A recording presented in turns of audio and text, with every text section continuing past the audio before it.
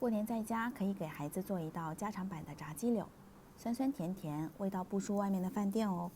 把鸡胸肉清洗干净，撕掉表面的筋膜，再将鸡胸肉切成条状。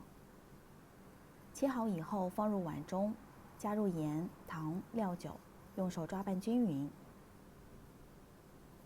碗中倒入红薯淀粉，加入适量的水调成糊状。可以加入一点食用油，这样炸出来的口感更加酥脆。调好以后，把鸡柳倒进去，用手继续抓拌均匀。锅中倒入适量的油，油热后把鸡柳条放入锅中，炸到表面微黄捞出。把锅中的油再次升温，鸡柳条倒入锅中再复炸一遍，这样口感更加酥脆。我们准备一个酱汁，碗中倒入适量的番茄酱、白糖、生抽，搅拌均匀。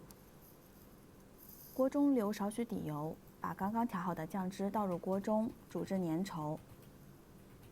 再把炸好的鸡柳倒进去，翻炒均匀，让每个鸡柳条上面都裹满酱汁。炒匀以后就可以装盘了。